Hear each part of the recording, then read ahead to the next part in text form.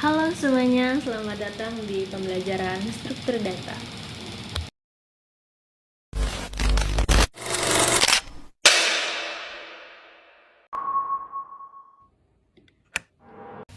Assalamualaikum warahmatullahi wabarakatuh. Perkenalkan, nama saya Alina Pita Putri. NIM saya 244162552011159 dari app 24D.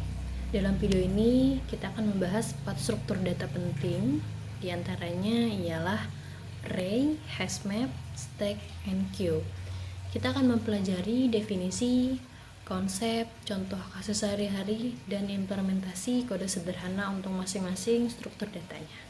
Nah, mari kita mulai dengan array. Nah, kalian tahu gak sih apa itu array? Array itu adalah struktur data dalam pemrograman yang digunakan untuk menyimpan sekumpulan data dalam satu variabel. Nah, setiap data itu elemen di dalam array disimpan secara berurutan dan dapat diakses menggunakan indeks atau nomor urut, biasanya dimulai dari 0. Nah, coba bayangin deh sama kalian, array itu layaknya rak buku yang memiliki banyak kotak slot gitu. Aku yakin pasti kalian pernah masuk ke perpustakaan atau Gramedia, dan di situ kalian bisa melihat penataan tempat-tempat buku ditata dengan rapi gitu. Nah, setiap slot itu hanya bisa diisi oleh satu genre buku gitu. Nah, kita bisa mengetahui isi setiap kotak itu berdasarkan nomor urutnya. Dalam array itu kita bisa menyimpan data sejenis gitu. Jadi dia menyimpan satu data doang sejenis gitu. Kalau misalkan untuk angka-angka semua, untuk nama-nama semua, untuk warna-warna semua, kayak gitu. Dan setiap elemen itu dapat diakses, ditambah, dan diubah menggunakan nomor indeksnya. Elemen-elemen ini diakses melalui indeks yang biasanya dimulai dari 0. Oke, kita lanjut ke contohnya. Coba, misalkan nih, kamu punya sebuah rak buku horizontal dengan 4 slot, dan setiap slotnya itu hanya bisa menyimpan satu buku gitu. Misalkan slot 0 ini berisi buku A, misalnya buku psikologi. Nah, slot 1 ini berisi buku B, buku sejarah. Slot 2 itu berisi buku C yang isinya matematika. Lanjut, yang slot 3 itu berisi buku D, itu novel. Nah, kalian ngerti nggak gitu? Maksudnya kalau misalkan array itu apa-apa dimulai dari 0, bukan dari 1. Walaupun di sini ada 4 genre buku, tapi kita di dalam array itu disebutnya 3. Karena kita dimulai dari 0 gitu kan. Nah, sebetulnya rak buku itu adalah analogi yang sederhana untuk memahami array. Karena di setiap slot di rak itu adalah indeks array, di setiap buku itu adalah elemen array. Nah, kita bisa dengan mudah tahu menambahkan atau mengganti buku di rak berdasarkan nomor slot, sama seperti bekerja dengan array. Nah, lanjut, di sini kita bisa lihat aku punya contoh pengimplementasian rak buku di dalam array. Dimana di sini aku memasukkan rak buku. Nah, rak buku ini adalah variabel array yang menampung banyaknya data string. Setelah itu lalu diisi bukunya. Ke satu ada buku psikologi, buku sejarah, buku matematika, dan juga novel. Lalu bawahnya saya menambahkan append. Nah, jadi append ini maksudnya menambahkan satu elemen di akhir list ya. Setelah itu lalu kita print, dan ini dia outputnya. Baik, mari kita lanjut. Lanjut, kita ke materi selanjutnya, yaitu mengenai definisi hashmap. Nah, kalian pernah nggak sih dengar kata hashmap ini, atau mungkin kalian asing gitu? Hashmap itu apa? Jadi hashmap itu atau hash table adalah struktur data yang menyimpan data dalam pasangan kunci nilai, di mana setiap kunci unik memetakan ke sebuah nilai gitu. Misalkan nih di sini bayangkan seperti kamus gitu. Aku yakin kalian semua pasti punya kamus di rumah atau mungkin di sekolah gitu kan. Nah, ketika kalian mencari kosakata gitu, nah kamus itu adalah kata dan kunci gitu, dan definisinya itu adalah nilai. Misalkan nih kalian punya kata apel, nah nanti di situ ada definisinya. Misalkan apel itu adalah buah yang berwarna merah atau hijau, misalkan seperti itu. Nah, kita dapat dengan cepat menemukan definisi kata nilai dengan menggunakan katanya gitu, kuncinya gitu. Kecepatan pencarian ini adalah keunggulan utama Hashmap. Jadi dengan menggunakan Hashmap itu kita bisa cepat menemukan pendefinisian hanya dengan satu kata kunci. Baik, kita lanjut ke konsep Hashmap. Nah, konsep ini intinya adalah pemetaan kunci unik ke nilai yang sesuai dengan menggunakan fungsi hash. Gitu. Yang pertama itu kunci atau key. Setiap entry di dalam Hashmap diidentifikasi oleh sebuah kunci. Kunci ini harus unik, artinya tidak ada dua entry yang memiliki kunci yang sama gitu. Jadi pokoknya jangan sampai kuncinya ini sama, harus berbeda, karena kalau misalkan sama itu nanti dia bertabrakan gitu. Nah, yang kedua itu ada nilai atau value. Jadi setiap kunci ini dikaitkan dengan sebuah nilai. Nah, nilai ini bisa berupa tipe data apapun, bisa sama untuk kunci yang berbeda gitu. Nah, maksudnya tuh si nilai ini bisa boleh sama gitu, tapi kuncinya tetap gak boleh sama. Gimana ya? Maksudnya identifikasinya boleh sama, cuman kuncinya harus berbeda gitu. Jadi misalkan kayak tadi nih apel, apel itu apel dan anggur gitu. Misalkan apel itu kan sama-sama dari huruf A, cuman kan mereka value-nya berbeda gitu. Misalkan dari apel itu buah yang berwarna merah, sedangkan anggur itu buah yang berwarna ungu gitu. Nah, setelah itu fungsi hash atau hash function inilah inti dari Hashmap. Fungsi hash adalah algoritma yang mengambil kunci sebagai input dan menghasilkan indeks atau posisi di dalam tabel hash. Nah, tadi yang aku sebutkan, ini yang terakhir yang tadi aku sebutkan, yaitu tabrakan atau collision. Nah, tabrakan terjadi ketika fungsi hash menghasilkan indeks yang sama untuk dua kunci yang berbeda. Strategi penanganan tabrakan diperlukan untuk mengatasi hal ini gitu. Ada beberapa strategi penanganan yang penanganannya gitu, seperti signing atau open addressing. Seperti itu konsepnya. Nah, selanjutnya kita akan membahas tentang contoh nih penerapan Hashmap dalam kehidupan sehari-hari gitu. Contohnya seperti kamus bahasa atau glosarium, daftar telepon, penggunaan tagar di sosmed, atau bahkan penggunaan kode QR. Itu termasuk loh dalam Hashmap gitu. Nah, misalnya paling simpelnya kontak telepon nih, kita cari ya di HP kita nama gitu. Nama ini adalah sebuah kunci. Jadi kita tinggal ngetik kan, kayak search misalkan ibu gitu. Terus muncullah di situ nomor. Nah, si nomor ini itu adalah sebuah nilai. Misalkan nomornya itu 08 bla bla bla gitu kan. Nah, ketika kita ketik nama di kontak, itu langsung kan nomornya tanpa kita harus ingat nomor itu urutannya berapa aja. Nah, itu contoh dari penerapan Hashmap dalam kehidupan sehari-hari gitu.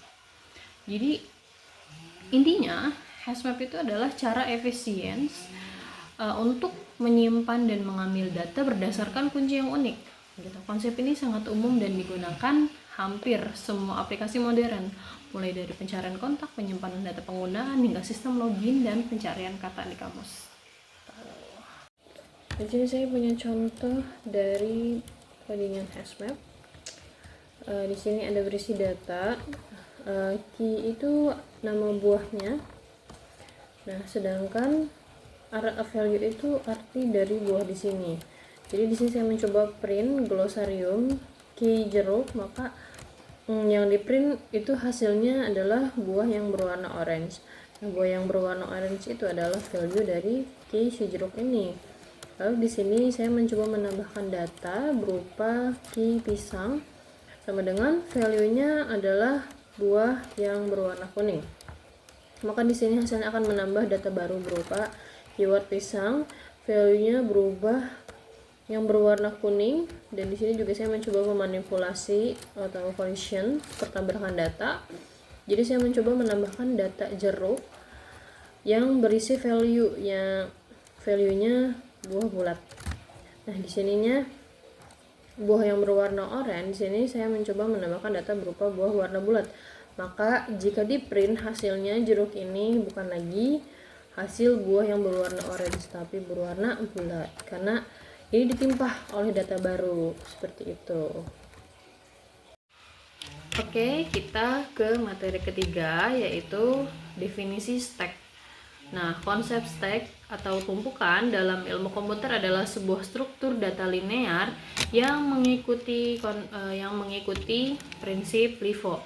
Let's in, first out. Jadi maksudnya itu yang terakhir masuk dia yang pertama keluar gitu. Kayak misalkan nih, kita bayangkan kita sedang mencuci piring, lalu cuci nih piring pertama nih, kita simpan paling bawah, lalu lanjut piring kedua, ketiga, dan keempat. Nah, ketika sudah selesai semua dan kita akan menyimpan piring-piring itu ke rak, maka yang pertama kali disimpan itu yaitu piring keempat, piring paling atas. Gak mungkin dong kita nyimpan ngambil piring yang paling bawah gitu. Pasti kita ngambilnya yang paling atas gitu. Yang pertama masuk, yang terakhir masuk dia yang pertama keluar gitu maksudnya. Oke. Nah, konsep stack itu sendiri yaitu konsep stack adalah konsep abstraksi data. Artinya kita fokus pada bagaimana menggunakan stack melalui operasi push dan pop, bukan bagaimana stack mengimplementasikan secara internal gitu. Jadi operasi utama di stack ini memiliki dua operasi. Yang pertama itu adalah push, itu menambahkan elemen ke bagian stack gitu, atau pop menghapus elemen dari bagian atas stack. Nah, lanjut, ini ada contoh konsep stack. Nah, di sini kita punya angka gitu, punya angka atau tumpukan. Itu yang dimaksud dengan top dan bottom. Nah, pertama nih kita masukkan dulu push, yaitu menambahkan elemen ke bagian atas. Push dulu kita, misalkan nih ini kosong kan, misalkan ini kosong, terus kita masukin 9, lanjut 3, lanjut 15, lanjut ke 5. Nah, ini semua udah kita push, langsung kita pop, itu menghapus elemen dari bagian atas stack. Jadi maksudnya kita pop yaitu dikeluarkan gitu.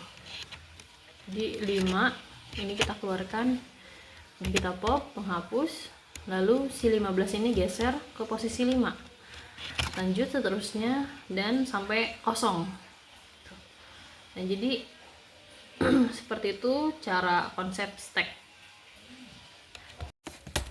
Lalu di sini ada contoh penerapan stack dalam kehidupan sehari-hari, yaitu pertama ada tumpukan buku, lalu ada kotak surat, lalu ada pencarian di website, tumpukan cuci piring, dan masih banyak lainnya.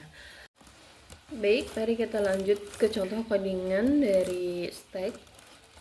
Jadi di sini kita punya dua function yang gunanya untuk menambahkan data dan mengurangkan data. Nah, push elemen ini gunanya untuk menambahkan data bergantung dengan argumen yang ditambahkan gitu.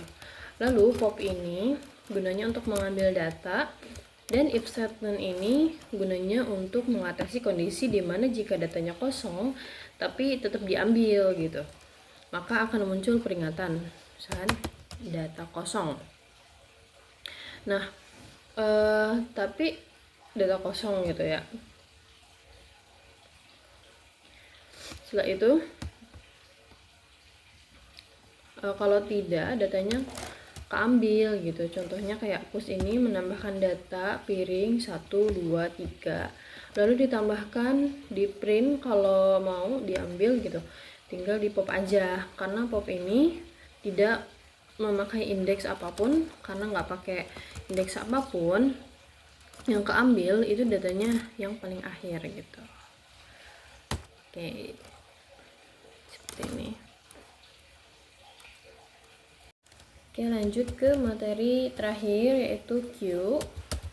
Di sini ada definisi. Jadi Q atau antrian itu adalah sebuah struktur data linear yang mengikuti prinsip FIFO. Kalau tadi stack itu mengikuti prinsip FIFO, nah ini Q itu menggunakan prinsip FIFO, first in first out. Jadi maksudnya yang pertama keluar maka dia juga yang pertama masuk, maka dia juga yang pertama keluar gitu. Nah, coba bayangkan layaknya seperti di antrian supermarket. Orang yang pertama datang, maka dia yang pertama akan dilayani oleh kasirnya gitu. Begitu pula dengan antrian data. Elemen data pertama yang masuk ke antrian akan menjadi elemen pertama yang keluar gitu. Nah, lalu di sini juga ada konsep dari Q itu sendiri, meliputi NQ. NQ itu artinya menambahkan elemen ke bagian belakang antrian, lalu DQ itu menghapus dan mengembalikan elemen dari bagian depan antrian. Lalu di sini juga ada lainnya, yaitu fig atau front, melihat elemen di bagian depan antrian tanpa menghapusnya. Terus ada is empty, itu mengecek apakah antrian kosong. Lalu ada is full, pada antrian berukuran terbatas, pengecekan apakah antrian penuh gitu. Nah, antrian ini juga banyak di berbagai aplikasi gitu, termasuk sistem operasi, simulasi, buffering gitu, dan lain-lainnya juga. Nah, ini contohnya bisa dilihat bahwa yang kita punya bilangan 5, 11, 3, 9 gitu. Misalkan nih yang pertama masuk itu dia angka 9, data 9, maka dia yang akan pertama keluar gitu. Seperti itu. Lalu di slide berikutnya ada contoh penerapan Q dalam kehidupan sehari-hari. Di sini ada antrian masuk ke pesawat, terus ada antrian ke supermarket, antrian masuk ke rumah sakit, atau proses pembuatan produk di pabrik, dan masih banyak lain-lainnya. Nah, terus lanjut ke contoh codingan Q. Q ini seperti mirip gitu, seperti step di mana ada function, penambahan dan pengurangan. Tata caranya pun, cara kerjanya pun sama gitu, mirip lah. Ada if statement juga untuk mengatasi kondisi di mana data kosong tapi tetap diambil. Tapi ada yang membedakan, ialah nama functionnya yang punya istilah dari Q itu sendiri, dan pengambilan datanya juga menggunakan indeks 0. Artinya pengambilan data pertama yang masuk itu beda sama pop. Nah, yang pakai indeks yang keambil itu data akhir. Contohnya antrian 1, array 0, lalu tambahkan NQ. Menambahkan data sama seperti push. Kalau mau diambil tinggal pakai sintaks DQ. Nah, kayak gitu. Ini hasilnya.